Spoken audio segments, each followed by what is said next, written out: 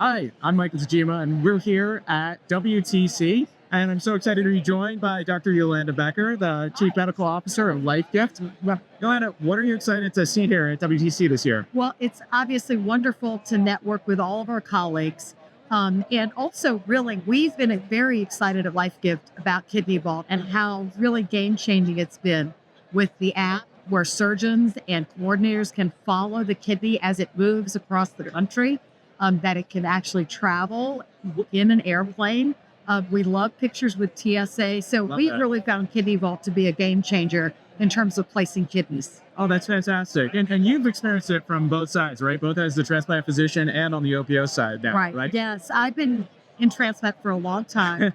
And in the old days, we really had to call somebody. And now, if we're not on Kidney Vault, you need to call the OPO and get a person who's got to then go look at the pump and everything like that. And that really it's not working smart.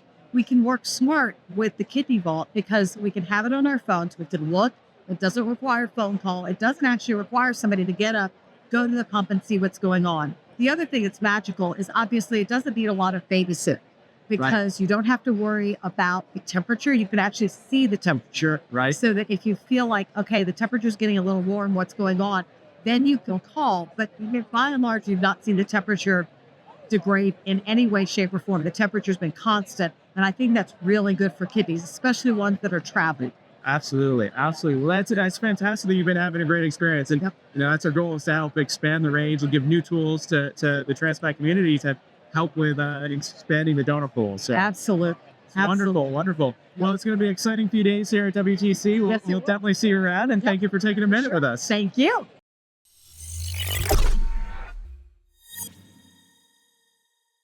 Hey everybody, we're on day one of the World Transplant Congress. We're here with Brian and Mark. Where are you guys from, just for the audience? Yes, I'm from Barcelona and I work in hospital clinic. and I am from Barcelona, also in Spain, and I work in the DTI Foundation. This Congress is really interesting because we have international attendees. What are you guys excited by in learning from this Congress over the next few days? I think the most exciting thing is to meet people and share experience. Yeah, for me too, it's know more about this different things that are happening around the world, especially here in the US, and trying to share experiences and mainly focus on organ donation, disease donation, to try to learn more about how we can improve our program in Spain and how we can share our experience with the rest of the world. Yeah, DTI is really well known in Europe. Can you briefly describe what your mission is and what your goals are, and the recent courses that you organize in the US? Yeah, sure. So DTI is a non-profit organization based in Barcelona in Spain, but we are a network of experts from all around the world that our goal is to help countries develop or improve their disease donation and transplant systems. So we go worldwide to identify which are the needs, which are the challenges, and try to help them find solutions for those challenges. So recently we were having now training with a team from UC San Diego, from Reimagine, about DCD and normothermic regional perfusion, together with the team from Paragonix. And we were excited to see how different practice, even inside the US, can be. But I think it was a great experience for us and for the participants to try to drive disease donation to the next stage here in the US. Yeah, the field is so dynamic, so thank you for everything you guys do, and especially bringing the learnings from overseas to the US. Thank you. Thank you so much.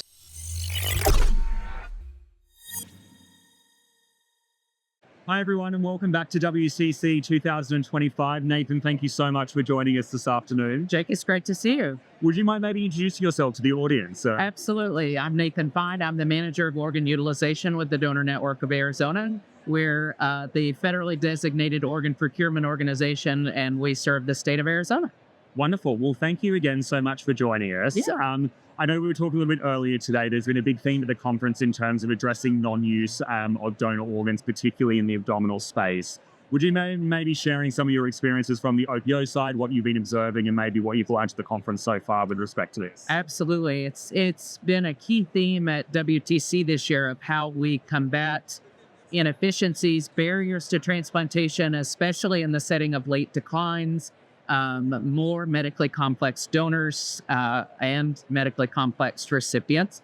And so, as an OPO, how do we partner with transplant centers, industry to get as many organs transplanted as possible? So, some of that with our OPO driven normothermic regional perfusion program, partnerships with device companies such as Paragonix, and having as many tools in our toolbox to combat non-use that we possibly can. And we're seeing a real difference with that. Wonderful. And I think, one thing that's standing out to me from the conference as well is that there's obviously a lot of efforts to try and expand the donor pool, which is inherently making transplant riskier, right, across the board.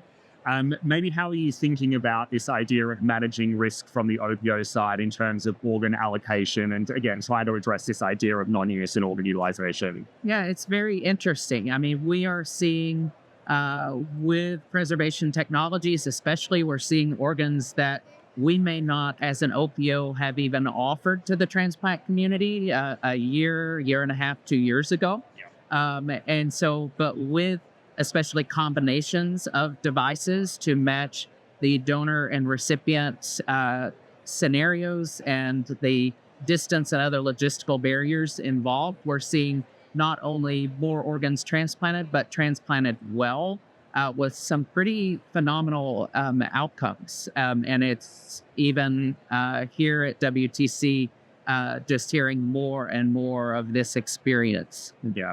I think, I also share that sentiment, right? It's a very exciting time, I think, for preservation. I think we're doing things in practice that we couldn't have dreamt of 5 or 6 years ago. So I think it's an incredibly exciting space to be in. And it's still 2 more days to go with the conference. Is there anything on the agenda you're particularly excited to see over the next 48 hours? Trying the difficulty is picking which topic to own it at the same time.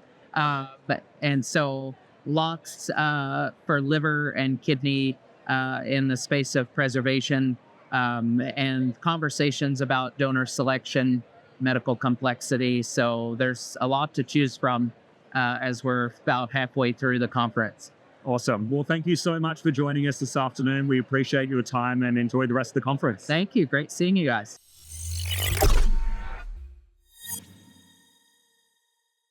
Lisa Anderson, President for Paragonix Technologies, a Getting a Company. I'm saying hello to you today from day one at the World Transplant Congress here in San Francisco. I just bumped into Dr. Schneeberger from the University Hospital of Innsbruck, a key opinion leader in organ preservation. Dr. Schneeberger, what are you looking forward to during this conference? Hi Lisa, thanks for having me. So this is the World Transplant Congress. We don't have that very often, so this brings together, the international community from not just the US, but also South America, Europe, and Asia. So I'm looking forward to that cultural mix, and also to get sort of a better sense of where transplant stands internationally, where we are, especially with perfusion technologies, not just in Europe and the US, but maybe even in other continents. Wonderful. Well, thank you so much for joining us, and we look forward to saying hello again soon.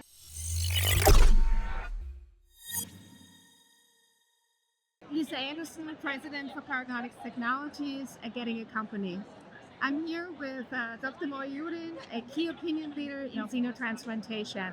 As we walk the halls here at the World Transplant Conference 2025, what are you looking forward to over the next few days to really see about the field of xenotransplantation? So we just had a session this morning, a symposium where as you know, that there is now clinical trial permission from FDA.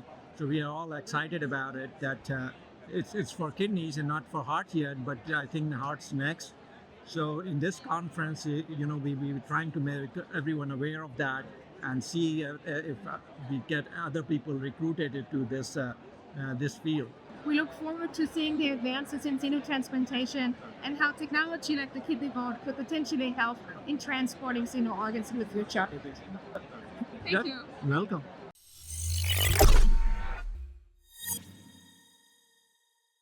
Hi everybody, we're at day one of the World Transplant Congress. I'm here with Connor Patton from Integris Baptist. Connor, I'm really curious about your background. Do you want to tell us a little bit about what you do within the field? Definitely. So as you said, I'm a transplant pharmacist at Integris in Oklahoma City. I support the heart and lung transplant teams, and I specifically round as an inpatient clinical pharmacist, helping manage immunosuppression, anti-infection medications, and helping my cardiologists and pulmonologists take the best care of our patients. So I do education with each of them before they go home from a transplant to make sure that their medications are in hand and that they know how to take them to get the best outcome out of their transplant. Yeah, that's fascinating. And I don't hear a lot about the pharmacist background, so I'm hoping that can become more part of the conversation. What are the kinds of topics you're looking forward to learning about over the next few days at the Congress? Definitely. So like approaches to maintenance immunosuppression, minimization of infections. We definitely want to continue to advocate for infection prevention rather than treatment, as it gets so much more difficult to treat these resistant infections. And I feel like that's one of the biggest impacts that I have on the transplant team. Yep. Well, it's such a team sport, transplant, so thank you for everything you do for the field and for the patients. Definitely. Thank you for having me. Yeah.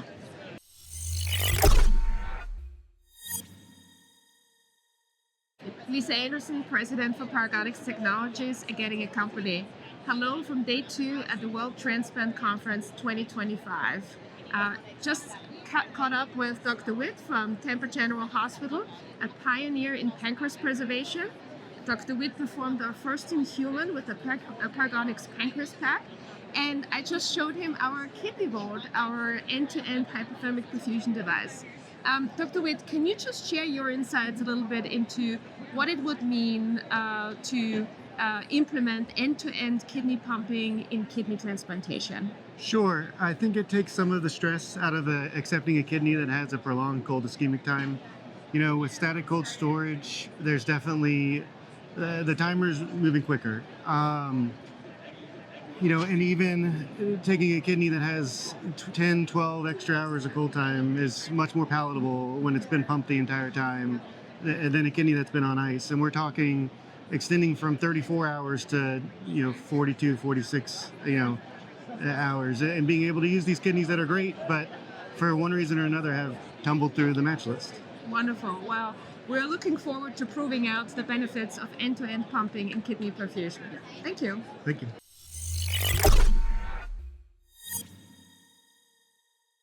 Hi everyone, welcome to WTC 2025. Rish, thanks so much for joining us this afternoon.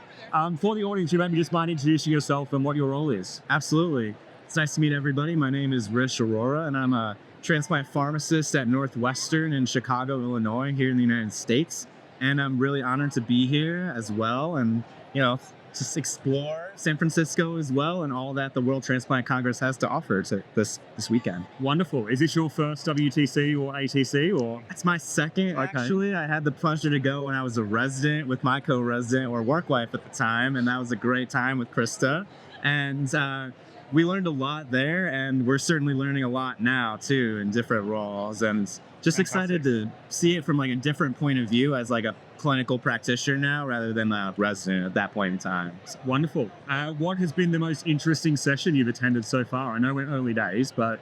Oh, yeah. So far I attended a transplant pharmacy session about instituting like videos to help patients with adherence to their anti-rejection medications. Right. Which has been quite intriguing because we're currently trying to institute that at our own hospital to see how that would work with, making sure patients remember their medications. Yeah. And I'm also intrigued to see a session tomorrow about recurrent diseases in autoimmune kidney transplant recipients and new drugs that have been used in that sphere that we are currently using in our hospital as well, just to see what other centers are doing and also gain some perspective with that. So fantastic. Do you see a lot of autoimmune kidney disease in your practice? Or sure do. And the important part of that is those diseases tend to recur as well. Right. So it's as much about keeping that organ alive and happy as much as preventing the disease from recurring and prompting them to get a second kidney transplant, for example. Absolutely. Maybe one final question for you. And from the pharmacy perspective, what do you think is the greatest challenge facing transplantation today? Oh, that's a really good question. You can pick an organ if that's easier. Well, I would first definitely say that being here at WTC is nice because it kind of gives you a renewed scope and lens and perspective, and kind of gives you little fire to definitely be able to, figure out new solutions to age-old problems. And I would say that age-old problem is probably going to be adherence to our immunosuppression regimens and balancing that risk of infection and rejection and toxicity from the drugs from my perspective.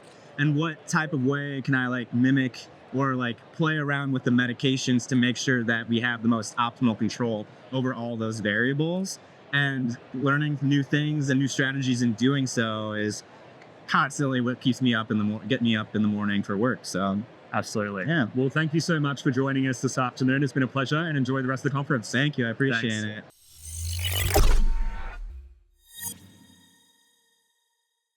Hi, and welcome to WTC. I'm excited to be joined here by Alison Conklin from Bonus Days, a new magazine that's been put out for patient advocacy. Can you tell me a little bit about it? Absolutely. After my heart transplant, I was always searching for what it's just going to feel like or what it would be like to live with a transplant. And I couldn't find anything besides just some social groups online. So I created a magazine that has stories of all transplant patients, donor families, caregivers, doctors, clinicians. And they're just real stories. So it's not toxic positivity, but it's just kind of showing you that you can have a beautiful life regardless of any diagnosis or treatment plan.